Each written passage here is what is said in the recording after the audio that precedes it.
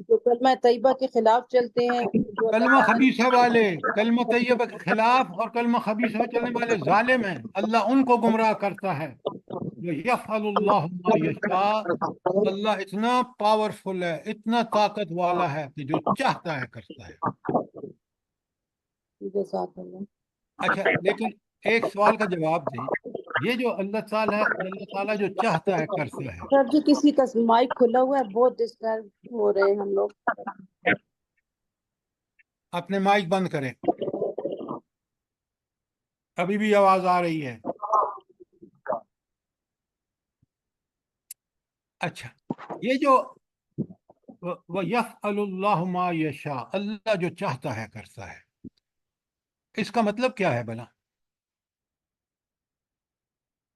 یہ بات سمجھیں، اللہ کبھی غلط نہیں کر سکتا، اللہ ہمیشہ جو کرتا ہے وہ ٹھیک کرتا ہے، حق کرتا ہے۔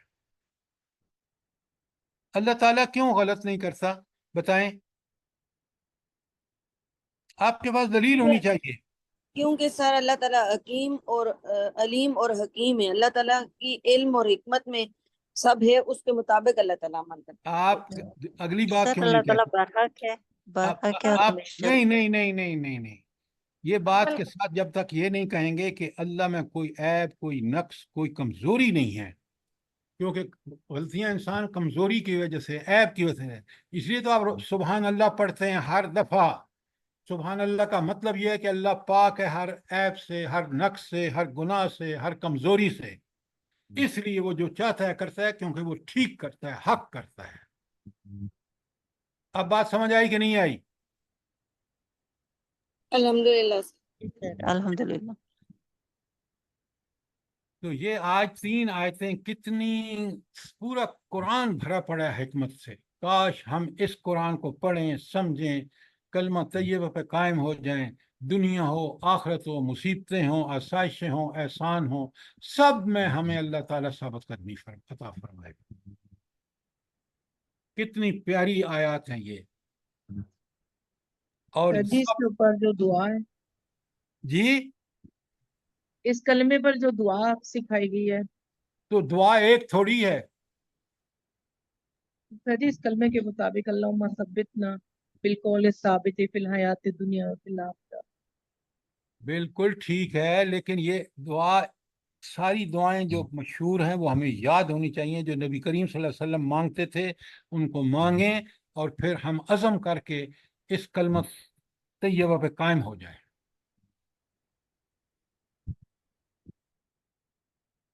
کوئی سوال، کوئی چیز کلیئر نہ ہوئی ہو؟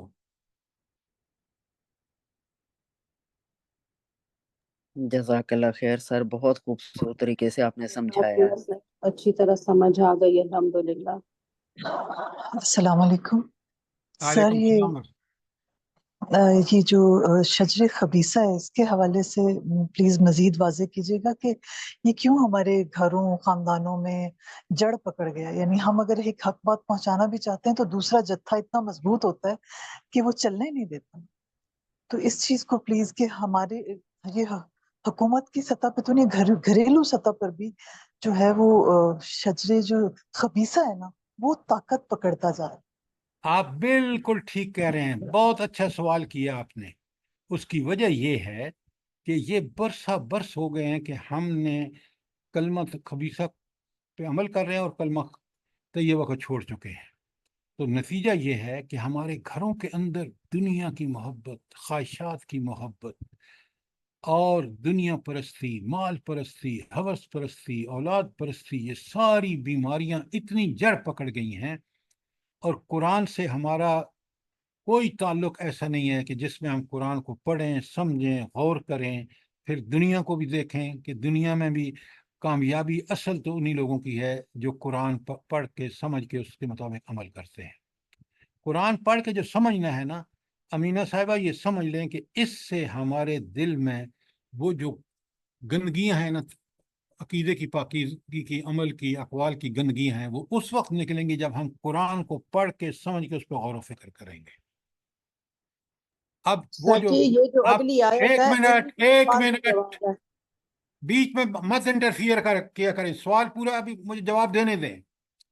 ہمارے گھروں کے اندر بالکل آپ نے ٹھیک کہا، قرآن کا چرچا نہیں ہے، قرآن کی عظمتیں نہیں ہیں، قرآن کی مقام و مرتبہ ہمیں نہیں پتا کہ اللہ نے کتنا بڑا احسان کیا ہے۔ جب تک اس سے علاج نہیں کریں گے، پیچھے پڑھ کے آئیں آپ سورج اس میں ابراہیم میں ہی، کہ جو دلوں میں وہ اندھیرے ہیں، اور سورہ یونس کی کل میں نے آپ کو آیت 57 بتائی ہے کہ دلوں کی بیماریوں کا علاج قرآن میں ہے۔ قرآن سے علاج کریں گے تو ٹھیک ہوگا، ورنہ نہیں ٹھیک ہوگا۔ یہ گھروں میں بڑا فساد ہے، اور اس کا علاج قرآن کی تعلیمات، ان کو سمجھنا، ان کو غور و فکر کر کے اس بات کا یقین کر لینا کہ دنیا اور آخرت کی بہتری اسی میں ہے۔ اب بات سمجھ آ گئی آپ کو؟ جزاک اللہ۔ جی اب بات کریں۔ سر جی یہ اگلی آیت میں کہہ رہی تھی انہیں کے سوال کے جواب کے مطابق ہے جو آگے آ رہی ہے، اور کل پڑھیں گے انشاءاللہ۔ انشاءاللہ کل پڑھیں گے، ضرور پڑھیں گے۔ قرآن اتنا مربوط ہے، جیسے آپ کہہ رہے ہیں نا کہ ایک آیت دوسری آیت سے جڑی ہوئی ہے، اور ایک ایک آیت کو پڑھ کے جب غور کرتا ہے آدمی تو اس کے دل کی، دماغ کی ساری راہیں کھل جاتی ہیں، شرح صدر ہو جاتا ہے کہ حق ہے تو یہ ہے۔ اللہ ہمیں اس کی توفیق عطا فرمائے۔ بے جی شک سر، اصل میں یہ ہے کہ ہم نے مقصد بھلا دیا ہے، قرآن کا مقصد کیا ہے اس پہ عمل نہیں کر رہے۔ پڑھ لیتے ہیں ثواب کے لیے، قرآن خوانیاں ہو جاتی ہیں، سب کچھ ہو جاتا ہے، لیکن مقصد پورا نہیں ہوتا کہ ہم وہ پورا کرنا ہی نہیں چاہتے۔ دیکھیں نا ڈاکٹر صاحبہ، عمل جو ہے وہ مقصود اور مطلوب ہے۔ جی علم، سر۔ ایسا علم جو عمل پہ مجبور نہ کرے وہ علم جہالت ہے۔ جی سر بالکل، ہم اپنی زندگیوں کو بدلنا ہی نہیں چاہتے، نہیں چاہتے تو اللہ تعالیٰ نے تو اپنا فرض تبھی ادا کر بربادی دیا، ہے۔ جی اس نے سر ہدایت بھیج دی ہمیں۔ اب بالکل اگر ہم نہیں کرتے تو یہ ہمارا قصور ہے۔ بالکل، آنا ہمارا تو اللہ کے پاس ہی ہے نا، جانا تو اسی بالکل، کے پاس ہے سر۔ حساب وہاں ہوگا ایک ایک عمل کا۔ دنیا کے پیچھے پڑے ہوئے ہیں بس۔ پھر دنیا بھی یہیں چھوڑ کے جاتے ہیں۔ کفن کی کوئی جیب ہوتی ہے؟ کوئی جیب نہیں ربنا ہوتی۔ تقبل منا انك انت السميع العليم وتب علينا انك انت التواب الرحيم۔ سر اتنا دکھ ہوتا ہے، اتنا دکھ ہوتا ہے کہ 12-15 سال تک بچوں کو ناظرہ بس پڑھا دیتے ہیں، اس کے بعد سارا عمر وہ کتاب قرآن کھول لیں یا نہ کھولے، ان کو کوئی پرواہ ہی نہیں، نہ بچوں کو نہ ماں باپ کو۔ بس اللہ نے تو بھیج دیا نا، اور ایسی بات، ایسے نظام پہ دے دیا کہ جو بالکل فول پروف ہے۔ اب اگر ہم اس کو نافذ نہیں کریں گے اپنی ذات پر، اپنے ملکوں میں حکومتیں نہیں کریں گی تو سزا بھگتیں گی۔ اللہ نے کا فائدہ ہے، تاریخ گواہ ہے۔ اللہ پاک معاف کرے اور ہم لوگوں کو عمل کی توفیق دے سب کو۔ آمین آمین۔